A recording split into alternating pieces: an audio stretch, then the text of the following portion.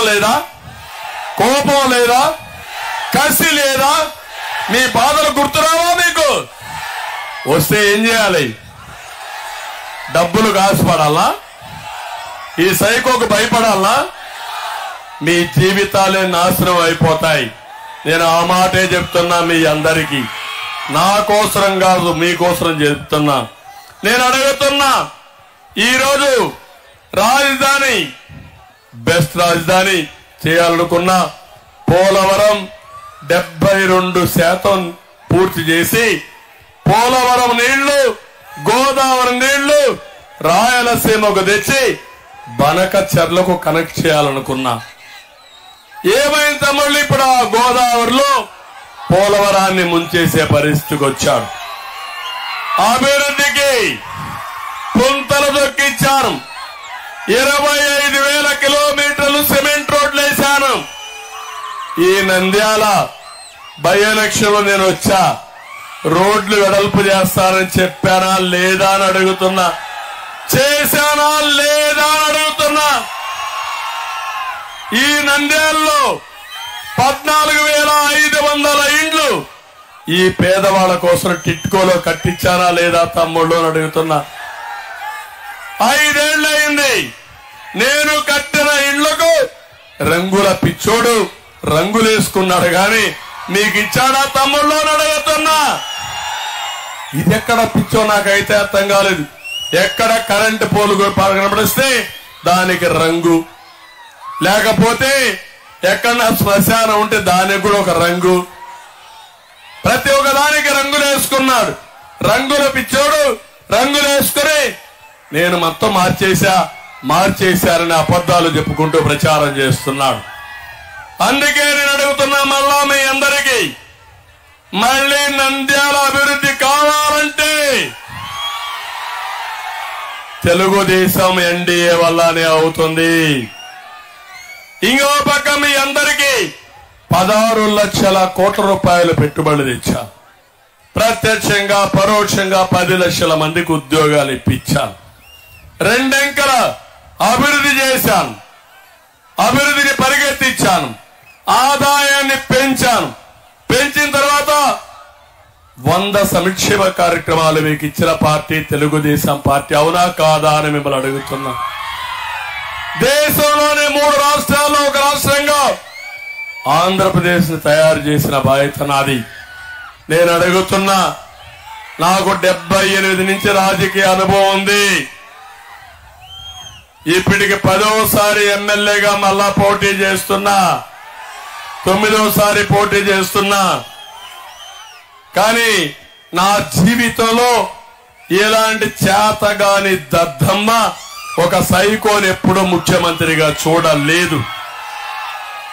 నేను ఎప్పుడూ మీకోసమే పనిచేస్తున్నా. కోవిడ్ వచ్చినప్పుడు కూడా వర్చువల్ సమావేశాలు పెట్టుకుని మీకోసం పనిచేశా. మీరు కష్టాల్లో ఉంటే బాధుడే బాధుడు. ఎన్నికల ముందు తల మీద చేయి పెట్టాడు, బొగ్గలు నిమిరాడు, ముద్దులు పెట్టాడు. ఎన్నికలైనాక పిడి గుద్దులే గుద్దులు, అవునా కాదా? అది అయిన తర్వాత ఇదేం కర్మ అని నేను రాష్ట్రమంతా తిరిగి మీకు అండగా నిలబడ్డాను. ఏంటి రాష్ట్రానికి కర్మ? ఒక రంగుల పిచ్చోడు, ఒక సైకో ఈ రాష్ట్రానికి అయ్యి ఎవరన్నా మాట్లాడితే శుక్రవారం రోజు గోడ దూకుతారు ఈ పోలీసులు. ఆ రోజుల్లో ఇంకో పక్కన వైసీపీ నాయకులు ప్రొక్లైన్లు తీసుకొస్తారు. ఫరూక్ మాట్లాడితే ఆయన ఇల్లు కూల్చేస్తారు, ఇంకొకరు మాట్లాడితే వాళ్ళు ఇల్లు కూల్చేస్తారు. అంటే కూల్చడం తెలుసు కానీ నిర్మాణాలు తెలియని వ్యక్తి ఈ జగన్మోహన్ రెడ్డి. అవునా కాదా చెల్లమ్మలో మీరు చెప్పండి. విధ్వంసం ప్రారంభమైంది మా ఇంటి పక్కనే. ప్రజల డబ్బులతో కట్టిన ప్రజా వేదికను కూల్చి ఇదే చేస్తారని చెప్పినటువంటి సైకో ఈ జగన్మోహన్ రెడ్డి అని మాకు తెలియజేస్తున్నా. మా తల్లి చూడండి ఎంత ఉత్సాహం ఉందో ఆవిడలో. ఆ ఉత్సాహం చూస్తే అందరిలో ఇంత ఉత్సాహం ఉంటే, ఇంత పట్టుదల ఉంటే అన్ని మంచి రోజులే అని చెప్పి కూడా నేను మీకు తెలియజేస్తున్నా. అదే మారిగా సాగునీటి రంగాన్ని సర్వనాశనం చేశాడు. ఆ రోజు చాలా బాధ కలిగింది నాకు. నేను మీరందరూ ఒక్కసారి చూస్తే 10 రోజులు పెట్టాను.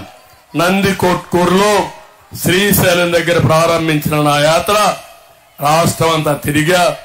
అంగళ్ళులో నా మీద దాడి చేసి నా మీదనే కేసులు పెడితే పర్వాలేదు, దోసుకెళ్తా, ఎన్ని కేసులు పెట్టుకుంటారో పెట్టుకోండి, ఏం పీక్కుంటారో పీక్కోమని ముందుకు పోయిన వ్యక్తిని నేను. ఇవన్నీ మీరు చూసిన తర్వాత నేను అడుగుతున్నా, రాయలసీమ ద్రోహి ఈ జగన్మోహన్ రెడ్డి అవునా కాదా?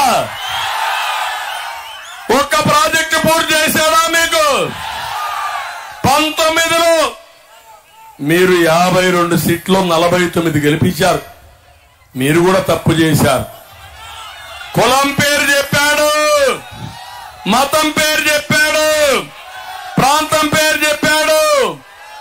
దొంగట్లాడి మీ ఓట్లు వేయించుకొని కడాన మిమ్మల్ని అడ్డంగా గోదావరిలో, కృష్ణాలో, సముద్రంలో ముంచేసిన దుర్మార్గుడు ఈ జగన్మోహన్ రెడ్డి.